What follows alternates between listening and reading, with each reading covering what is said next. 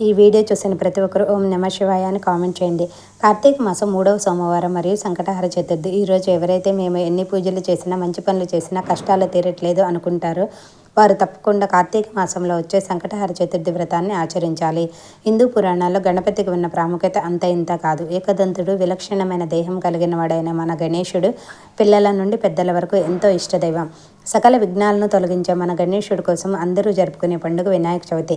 వేరే రాష్ట్రాల్లో గణేష్ నవరాత్రుల పేరుతో ఎంతో గొప్పగా దీన్ని జరుపుతారు కూడా. అయితే వినాయక చవితికి ఉన్నంత ప్రాముఖ్యత, దాన్ని చేసుకున్నంత వ్యాప్తంగా సంకటహర చవితి గురించి, ఆ వ్రతం గురించి ఎక్కువ మందికి తెలియదని చెప్పవచ్చు. సకల సమస్యలను తన చూపుతోనే తొలగించగల గణపతిని ప్రసన్నం చేసుకోవడానికి చేసేదే సంకటహర చతుర్థి వ్రతం. వినాయక చవితి అంటే ఎంత ఇష్టమో ఆ సంకటహర చవితి వ్రతం కూడా అంతే ఇష్టం. ముఖ్యంగా ప్రస్తుతం కార్తీక మాసంలో వస్తున్న సంకటహర చతుర్థి మరింత గొప్ప ఫలితాలను ఇస్తుంది. పగలంతా ఉపవాసం చేసి సాయంత్రం గణపతిని పూజించి ఉండ్రాళ్ళు, మోదకాలు మొదలైనవి నైవేద్యంగా పెట్టి చంద్రోదయ సమయంలో గణపతికి, చంద్రునికి, చతుర్థి దేవతలకు అర్ఘ్యప్రదానం చేసిన తర్వాత ప్రసాదాన్ని స్వీకరించాలి. ఈ విధంగా సంకటహర చతుర్థి వ్రతాన్ని ఆచరించడం వల్ల పనుల్లో ఆటంకాలు తొలగడమే కాదు, సమస్యలు ఏమైనా తొలగిపోతాయి.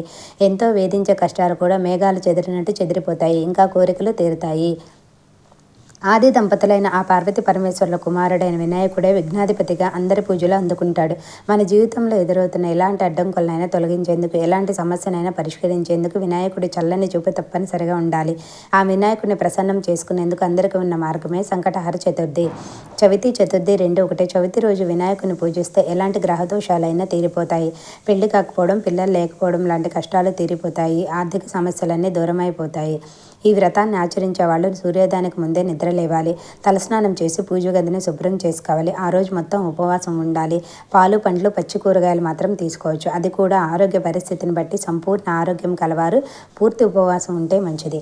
ఇక సాయంత్రం సూర్యాస్తమయ సమయానికంటే సుమారు 6 గంటలకు వినాయకుడి పటానికి గరికతో చేసిన దండ వేసి ఉండ్రాళ్లను నైవేద్యంగా పెట్టి దీపం వెలిగించాలి. ఆ తర్వాత చంద్రుడిని లేదా నక్షత్రాలను చూశాక ఉపవాసాన్ని వదలాలి. ఇంట్లో పూజ ముగిసిన తర్వాత ఇంట్లోనూ మరియు వీలైతే దగ్గరలో ఉన్న వినాయకుడి గుడికి వెళ్ళి 3 లేదా 11 లేదా 21 ప్రదక్షిణలు చేయాలి. ఇలా సంకటహర చవితి వ్రతాన్ని చేసేవారు అన్ని సమస్యల నుండి గట్టెక్కుతారు. అంతేకాదు ఈ వ్రతం చేసిన వాళ్ళను ఆ వినాయకుడు స్వయంగా కాపాడుతుంటాడని నమ్మకం. ఇంకా ఈ వ్రతం చేయడం వల్ల వాళ్ళు వినాయకుడికి ఎంతో ఇష్టమైన భక్తులు అవుతారట. పూజా విధానం: సంకటహర చతుర్థి రోజున తెల్లవారుజామునే అంటే సూర్యోదయానికి ముందే నిద్రలేచి స్నానం చేయాలి. ఇల్లంతా గంగాజలం చల్లాలి. పూజా మందిరంలో వినాయకుడి విగ్రహం లేదా ఫోటోను అలంకరించి దీపారాధన చేయాలి. అనంతరం పువ్వులు సమర్పించాలి.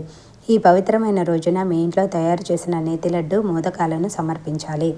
పూజ పూర్తయిన తర్వాత హారతి ఇవ్వాలి. పూజలో ఏమైనా పొరపాట్లు జరిగి ఉంటే క్షమించమని కోరుతూ గుంజిళ్ళు తీయాలి. ఈ రోజున చంద్రుడి దర్శనం పూర్తయిన తర్వాతే ఉపవాస దీక్షను విరమించాలి.